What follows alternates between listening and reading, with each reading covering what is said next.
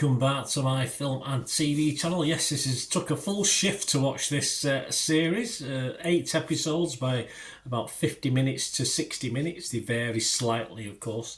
And we're going over to Amazon Prime to look at, I was looking forward to this. I've enjoyed the films that have been based on this character. And I've read some of the books as well. So I was looking forward to this.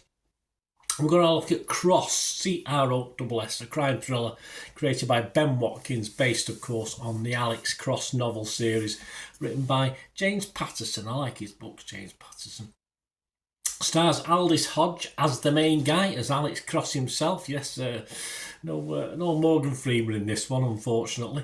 Isaiah Mustafa, Juanita Jennings, Sharon Taylor, Melody Hurd, Jennifer Wigmore, and some other reasonably familiar faces. I sort of knew most of them, in fairness, which isn't always the case with US-based series. And this premiered on Amazon Prime on November the 14th, and I'm doing this review, so all facts and stats and comments are as at that date on the 15th of November. So I say it took me obviously an 8-hour shift to get through all these. So it took me most of a day, and then I watched the last episode this morning as I'm recording this. So there you go. That's my ins and outs of that.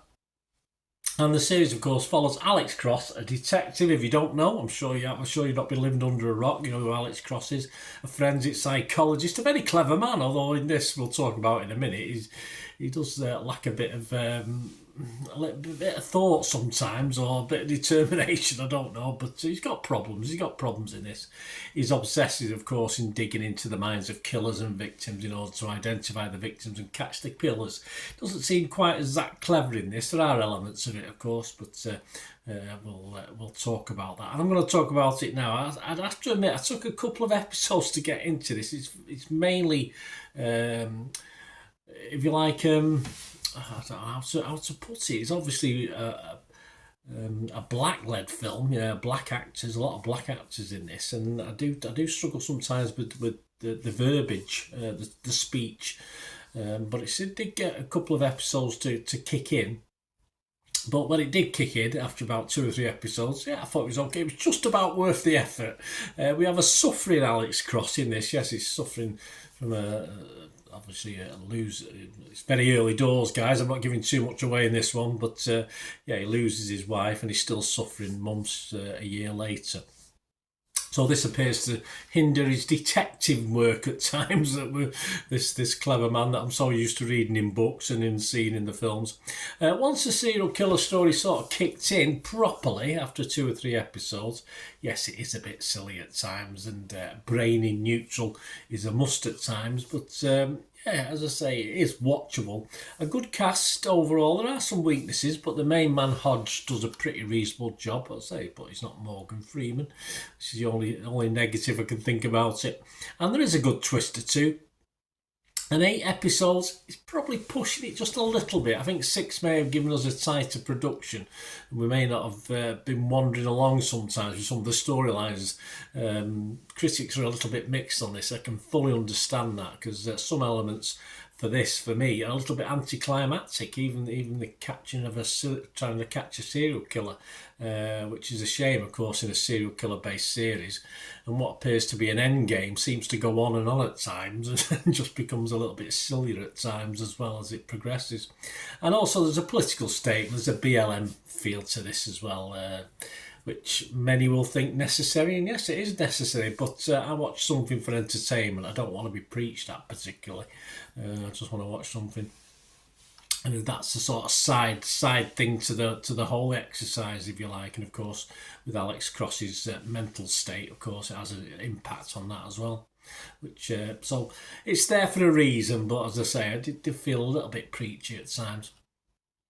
And in fairness, yes, Morgan Freeman and Kiss the Girls, it's not up to, all right, that was a film, not a series, or even Along Came a Spider. This certainly isn't something. I'd probably go back and watch them again before I'd watch. I certainly don't think I'd watch this series again, in fairness. I don't think I could certainly watch those 2 films with Morgan Freeman again. But it was okay. I'm not going to have a total downer on it. So I will be fresh on Rotten Tomatoes. I was mixed on Metacritic, and I'm just going to give this my basic watchable score. At times I was thinking, oh, it could be a 7 this, and then I say it just seemed to drag on and on a little bit. And as I said, some of the preachy side of it, I thought, no, I think 6 fair enough, because so there are some silly scenes as well. You think, normal people wouldn't do that. Police wouldn't do that. It's sort of beyond the boundaries of what you think normal people or normal police procedure would be. So it does ruin it just a little bit. Rotten Tomatoes like it though, 6.9 out of 10, just 20 reviews though, 14 were fresh. A reasonable chunk of rotten, just 6 rotten. The website's consensus cross case for itself isn't closed just yet, but the commanding Aldous Hodge makes for the most arresting embodiment of James Patterson's literary creation yet. No, I don't think so. It's not as good as Morgan. Metacritic, 61 out of 100, so 6.1 out of 10. That's based on 19. 8 were positive, but you have 11 mixed. And as I said, I was mixed as well, but certainly no negatives. But there is a negative, of course, which is classed. This is classed as a mix. Actually, I only give it 40. I would say that was a negative, in fairness. But Neil Armstrong of iMagazine, iPapers, iWebsite, he said it's a frustrating show that swings between compelling drama and hackneyed melodrama. Alas, more often the latter. I'd have to agree. I sort of agree with that one. Robert Lloyd, Hollywood Reporter, though he was happier as most people. He gave it 70. He said, created by Ben Watkins, the series is solidly made and stylistically straightforward, but does suffer a bit from its split personality. But above all, Hodge and Mustafa are charismatic performers with an easy rapport that begs for a reteaming. Yeah, I thought they'd do okay. And to get Alex Cross sorts his problems out, he's going to see a psychiatrist, so that we'll get there, and it might be a little bit better. Rotten Tomatoes audience 69%, so they're happy, and Internet Movie Database a bit happier than me as well. Only 787 reviews, though, so not a vast amount, but it's getting 7.1 out of 10. Yeah, so that's fine. That's okay. Let me know what you think, guys, of Cross, and as I say, 8 episodes. Bit long for me, but as I say, it didn't always work, but it was okay. It wasn't a total waste of time, that's for sure.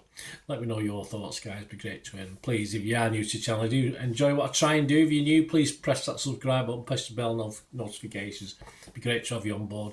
Everything film and TV reviews like this, information, vlogs, the odd quiz thrown in from time to time. And if you do have a good look around the channel, you'll see stuff on my football team, Manchester City, as well. So if that's of any interest, have a look. If it's not, don't worry about it. Loads of film and TV stuff. Or if you know somebody who might be interested, if you know a City fan who might like what I try and do, I try and do a lot of history stuff on there as well. Please point them in my direction. And yeah, I'm always after help with the channel, support for the channel if you like. So if you're willing to watch a couple of ads, perhaps just go on your phone while an ad's playing through, stuff like that. It always helps me out as well, so you could do that. But we do have memberships available for some special offers on there for members, and we do have sponsors as well, so stay tuned for more information on how you can help me out. Right, a quick shout out before we go for my sponsors at the moment. Piat6505, they've got a little eBay shop.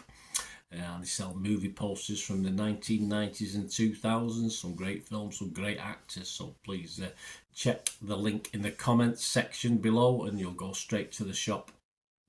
I dispatch everything between 24 and 48 hours, so if you see anything there, you want to order it, you can also mention my name. I mean, they are sponsoring me, so I do my little deal as well, so you can get 10% off.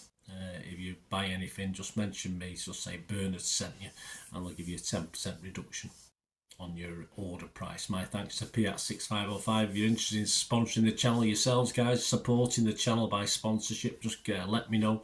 My socials are on screen there, so just contact me about that and we can have a chat. Other ways to help me out, guys, if you watch the ads, if the ads on this YouTube ads, that helps in a very little way, but it all helps. Watch the pennies and pounds look after themselves, they say, don't they? Or the pennies or the 10p's look after themselves. But if you watch the ads or follow the links on the ads as well, that's always a nice way. to support the channel if you sort of hang on for it. I've done that. I watched other people's and followed the ads, just something I fancied, which does happen from time to time. Of course, you can support me by pushing that subscribe button as mentioned earlier, and that, of course, pressing the button so you know when these vlogs are coming out. And of course, I'm always interested in your opinions, and of course, you can give us a like. That'd be wonderful as well. So thanks for watching, guys.